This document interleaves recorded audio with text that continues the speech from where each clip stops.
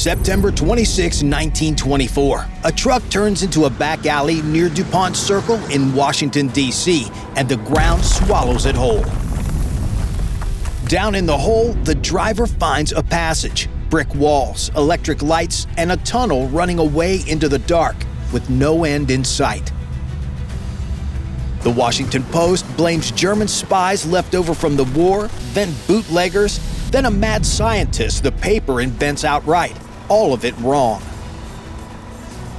This is the story of the world stacked beneath the American Capitol, 5 layers deep down to the newest one, the hole the military is digging under the White House right now. Start with the most famous street in the country. Constitution Avenue runs 12 lanes wide between right here at the White House and over here at the National Mall. Museums line one side and Federal Marble lines the other. Millions of people walk it every year, and almost none of them know the truth about it. Constitution Avenue is a lid. Under the asphalt, a river is flowing right now. It's called Tiber Creek, and it used to run in the open. Pierre L'Enfant drew it into his 1791 plan for the Capitol as a working canal, and the Washington City Canal opened in 1815. Barges hauled stone up that water to build the Capitol itself, so the road to the Capitol was, for a while, a river. The plan survives, and you can trace water across it with a finger. Then the city ruined it. Washington had no sewer system at all, so every gutter, drain, and outhouse in the growing Capitol emptied into the canal.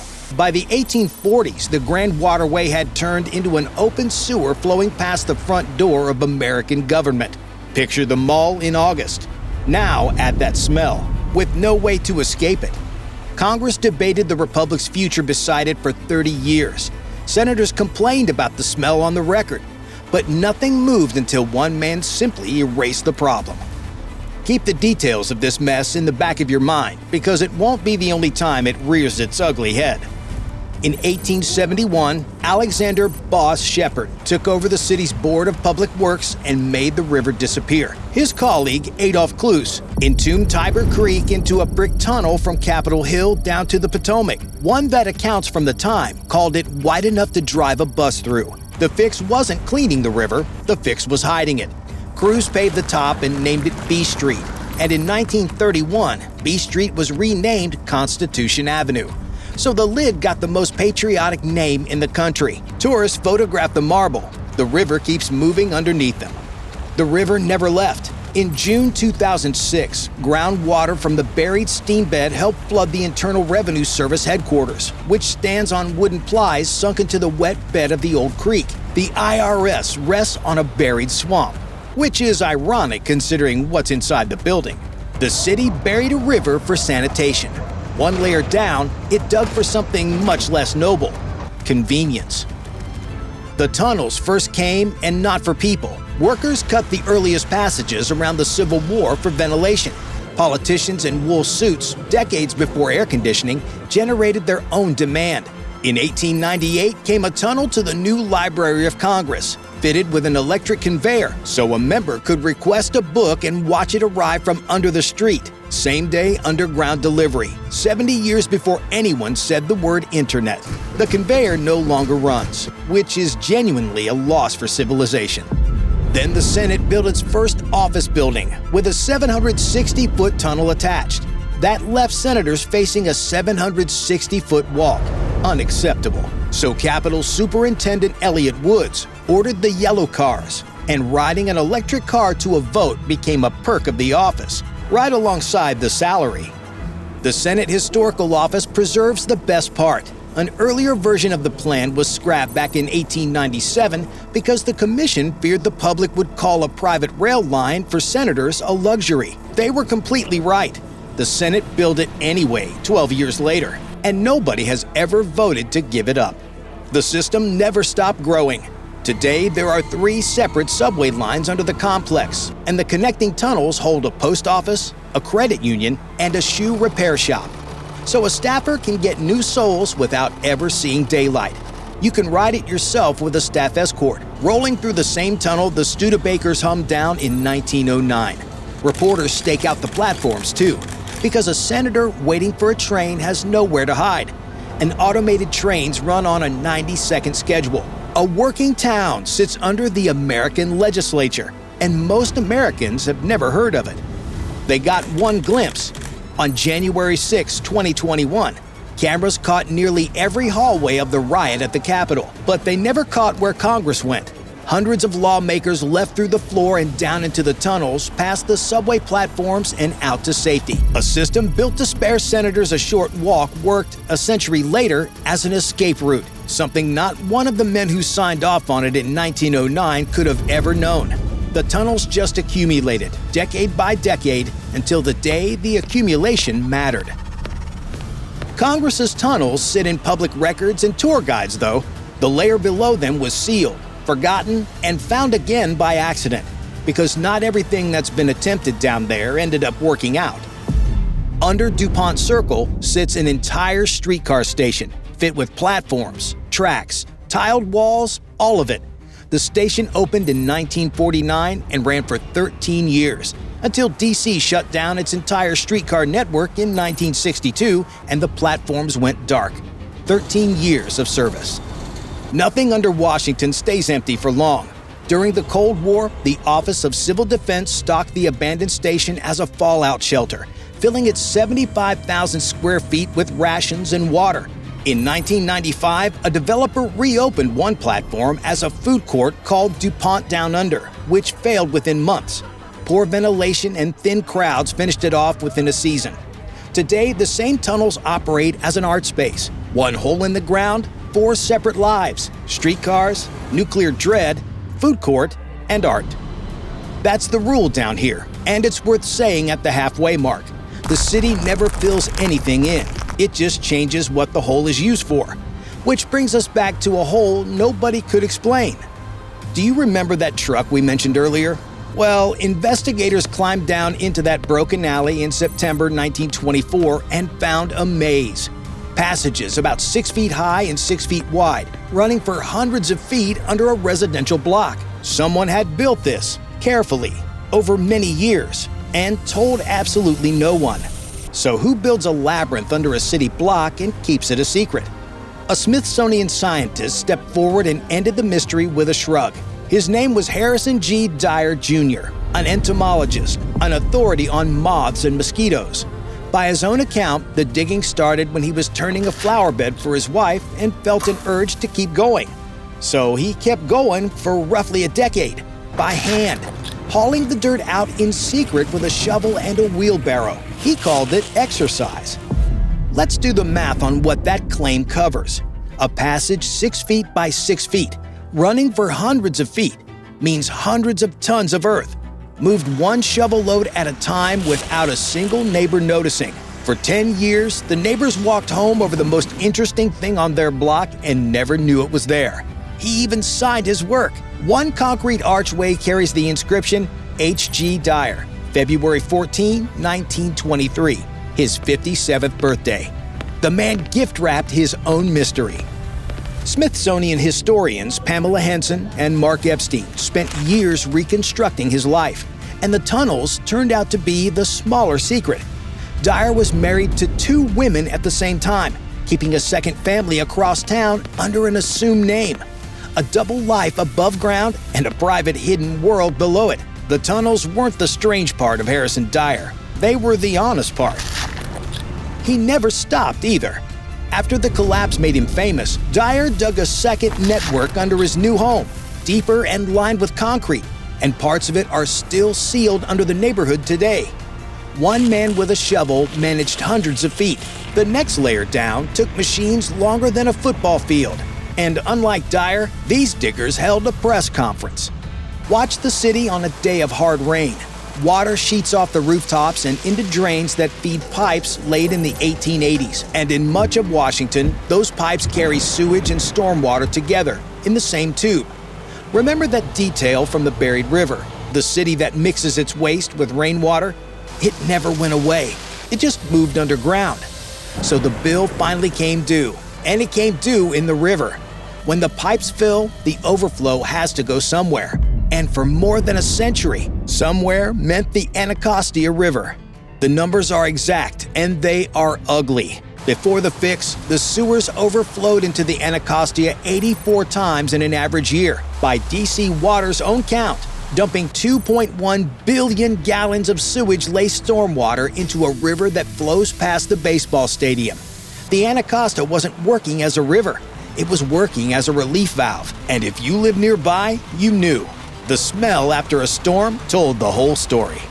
So how do you fix a mistake buried under an entire working city? You can't rip up every street to separate the pipes. You go underneath them. And this is where the descent stops being a figure of speech. Everything above has sat close to the surface. This layer begins about 100 feet down, 10 stories of city over your head, and we're not done falling. The Clean Rivers Project bored a network of tunnels roughly 100 feet below the streets, using a machine that stretched longer than a football field. DC Water even named the machine Nannie, after the educator Nannie Helen Burroughs. Before Nannie went underground, Cardinal Donald Wuerl blessed her, and the sitting vice president paid a visit. Washington throws better parties for its drills than most cities throw for their mayors. The project became the district's biggest dig since the Metro, by DC Water's own description. And it came under a court-ordered schedule because environmental groups sued in 2000 and the settlement demanded tunnels. Nannie's tunnel runs 23 feet across, wider than a metro tunnel, passing directly beneath the river. And the trick is elegant. These tunnels don't move sewage faster. They store it, like a battery for water. The storm hits, the overflow drops into the deep, and 38 million gallons can simply wait in the dark until the Blue Plains treatment plant catches up. No pumps racing a storm, just patience poured in concrete. Nannie herself finished the 2.4-mile run in a year and a day by DC Water's count. The result is a 98% drop in sewage overflows into the Anacostia. A river people once refused to touch now hosts kayak tours. That's what 100 feet of depth buys a city. So the biggest tunnels under the most secretive capital on Earth turn out to be sewers. Public, documented, blessed by a cardinal. The deepest digging is the opposite of all that. It started with a war, and it never really ended. December 1941. Days after Pearl Harbor, engineers walk the White House basement and don't like anything they see. The mansion is old, and the basement is shallow. Against modern bombs, this building might as well be a wet paper bag. Next door stands the Treasury Building, with granite foundations, deep basements, and steel vaults built to guard the nation's cash. The choice practically made itself. So they dug. A 761-foot tunnel now connects the east wing of the White House to the Treasury next door. At the far end, workers converted the vault level into a 10-room shelter for Franklin Roosevelt and his family, tucked behind a bank door. If enemy bombers reached Washington, the President of the United States would ride out the raid inside the money vault. One account from the period called the 10 rooms every bit as nice as a fine hotel suite. The Treasury had played this role once before, back in 1861, when soldiers ringed it with sandbags as the government's last stand. The tunnel still exists, 10 feet wide and 7 feet tall, and no president has ever advertised it. Walk the block above it today and nothing gives it away. What the planners couldn't know, sealing a president behind a bank vault door, was that the bombers would never come. But the idea would outlive the war by 80 years. Beneath the East Wing itself, crews built a shelter that evolved into the Presidential Emergency Operations Center, the PEOC. A sealed air supply, independent communications, and doors that mean it. The room grew with every crisis that followed. And you'd think a room like that would be the end of the descent. It isn't. Because in 2010, the digging started again, and this time the story stopped adding up. Fences went up around the East Wing in September 2010. The General Services Administration described the job as a utility upgrade, meaning wiring, plumbing, and air conditioning at a price of $376 million. The Associated Press reported that subcontractors were ordered to tape over the logos on their own trucks. Behind the screens, crews cut a multi-story hole beside the West Wing and filled it with concrete and steel. 4 years later, the lawn went back exactly as before.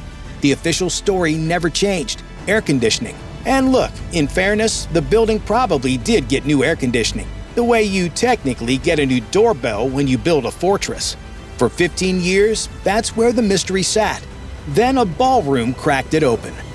In October 2025, the White House began demolishing its own East Wing to build a 90,000 square foot ballroom. The National Trust for Historic Preservation sued to stop the project in December, and inside that court fight, the real story surfaced piece by piece. CNN reported in January that the historic PIOC, the September 11 bunker, had been dismantled along with the East Wing.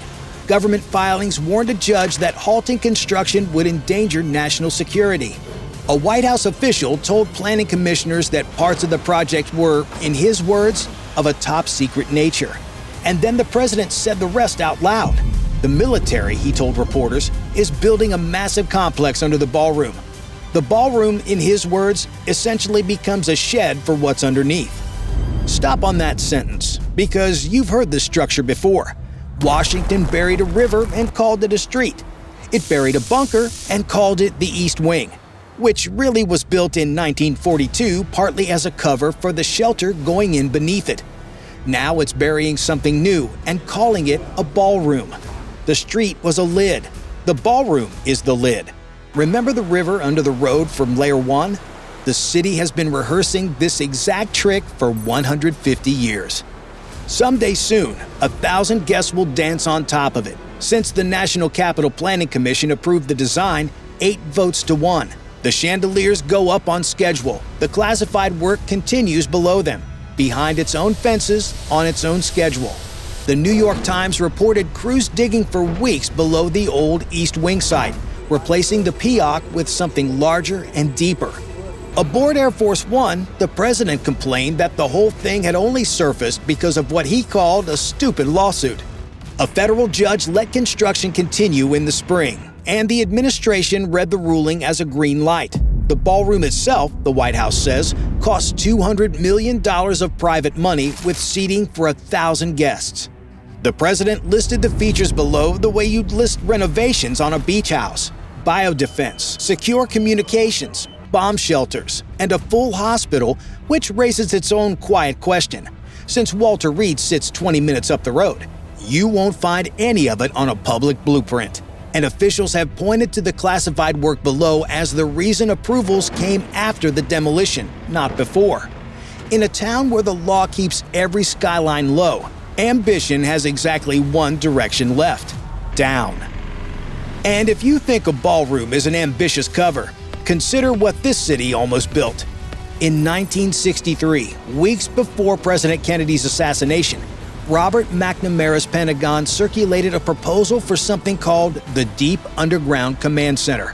The classified memo describes a capsule roughly 3,500 feet down, 2/3 of a mile deeper below Washington than the world's tallest tower stands above Dubai.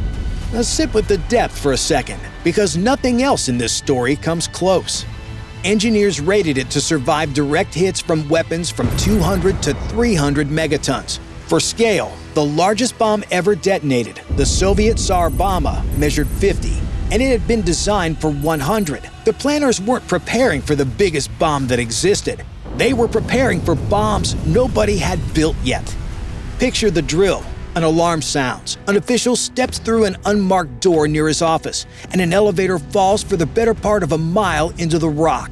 No goodbye, no family, no second trip upstairs.